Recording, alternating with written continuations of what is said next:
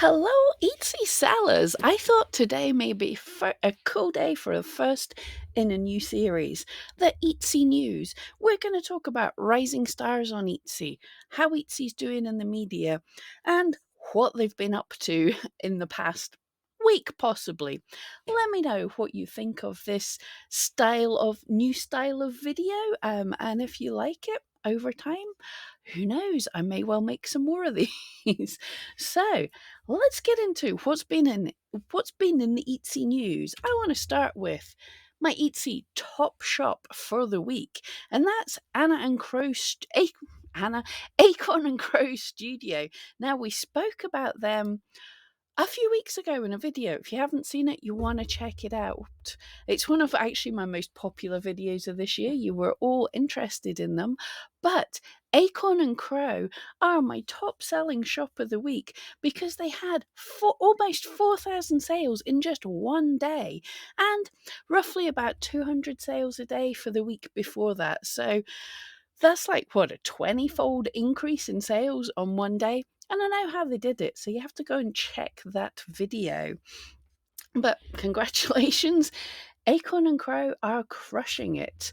But for a roundup of those actual top shops on Etsy, Caitlin Minimalist is still the highest seller. She has over 40,000 sales in the past 30 days. And get this, over 2.3 million in total sales on Etsy.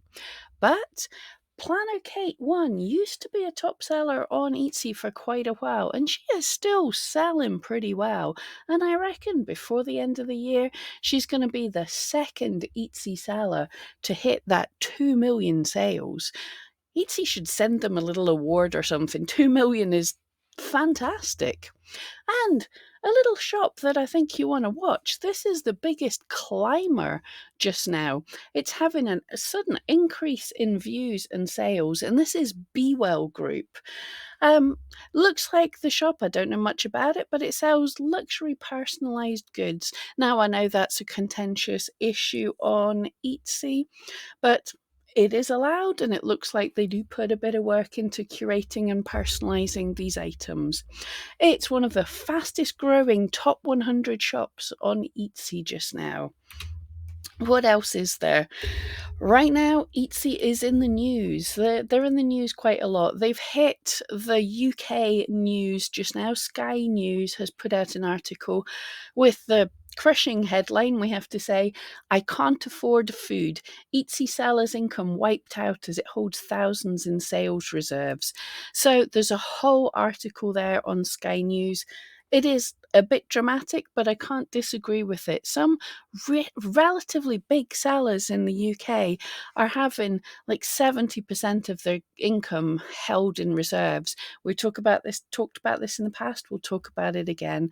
Plenty of sites do put shops in reserve, but 70% is an awful lot, and some people are really struggling. I will say, however, your entire business model, your entire mortgage payment scheme should not be based on your Etsy sales. If you're making anywhere enough money on Etsy to make a living from it, if you're relying on it, you want to diversify as soon as possible because anything can happen. But there is a whole lot in this article, really quite interesting, talking in depth about things. Business, governmenty things have been contacted about this, but according to this article, there is nothing the UK government can do about what Etsy is doing with their money for Etsy sellers because Etsy's not a UK company. So a little bit interesting. There is a Facebook group for people wanting to start a strike to complain about the reserves. Yeah, I think you probably know what I think about that. I get why everybody's mad. I 100% get that, but strikes, no, ain't going to cut it. They didn't cut it before, they won't cut it now. And it does make a very good point. Reserves were something that came up before, and we've always been saying the reserves are a thing because of all the new shops that came onto Etsy, got massive orders, couldn't fulfill them, big problem.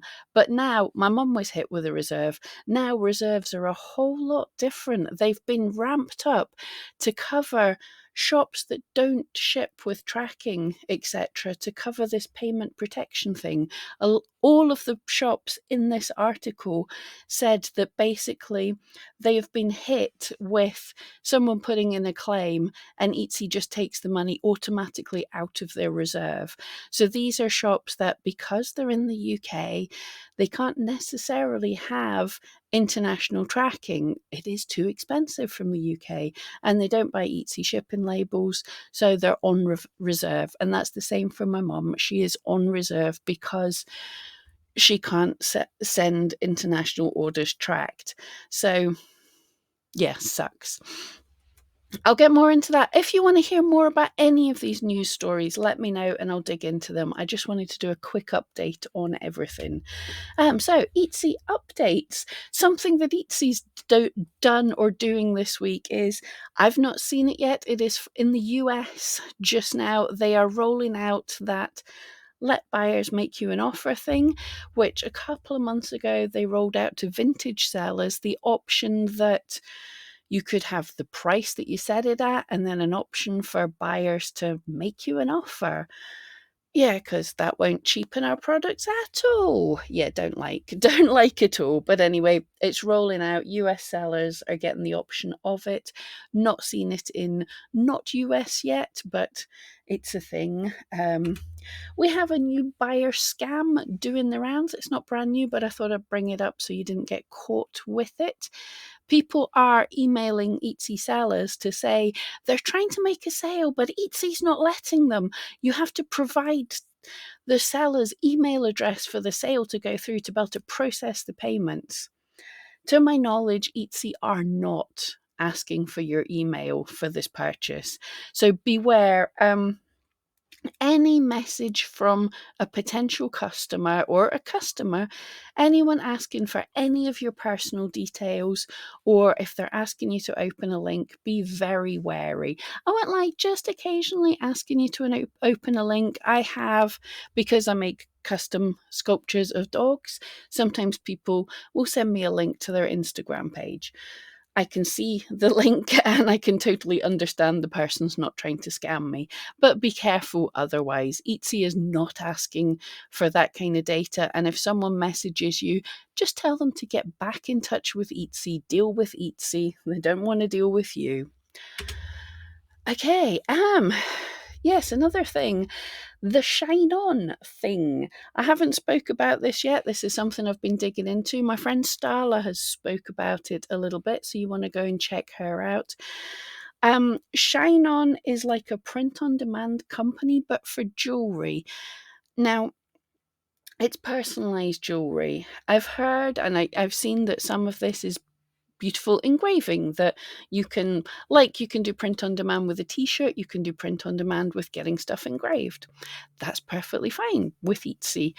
But what is looking dodgy here is you can also do these things where basically you design the card that goes in the packaging behind the necklace or the ring or something, saying a wonderful personalized thing. This is skirting the lines with what I think is right selling on Etsy. I'm looking more into this. Starla's looking more into this. But many people are finding their ShineOn products are being removed from Etsy. So I contacted Etsy. Now, other people have had messages from Etsy that absolutely contradict what Etsy said to me. So we've got to find out some more. I did also just do a really basic search on Etsy for ShineOn, because some people tag their ShineOn products. And in the UK, there's nearly 2,000 listings, and many of them are clearly not massively personalized. They're these just a generic necklace with a card at the back of it saying, "To the one I love," or something. But what Etsy said to me was, checking my resources, I wasn't able to find any information regarding ShineOn print on demand to be unauthorized on Etsy. So there shouldn't be any problems for sellers to use it, as it should work as a normal third party. But you might want to reach out for ShineOn for further assistance. There isn't any legitimate information saying it's not allowed on Etsy. So we've got to stay tuned and we'll find out what's going on there. But if you've had any issues with your ShineOn products, can you let me know? And that is it for this first ever Etsy news. Let me know what you think of this. If you want me to dig deeper into any of the articles I covered today, let me know. And if this is something you want to see come up regularly, and let me know that as well. But for now, thank you so much for joining me. I kind of enjoyed that. I hope you did too. See you next time.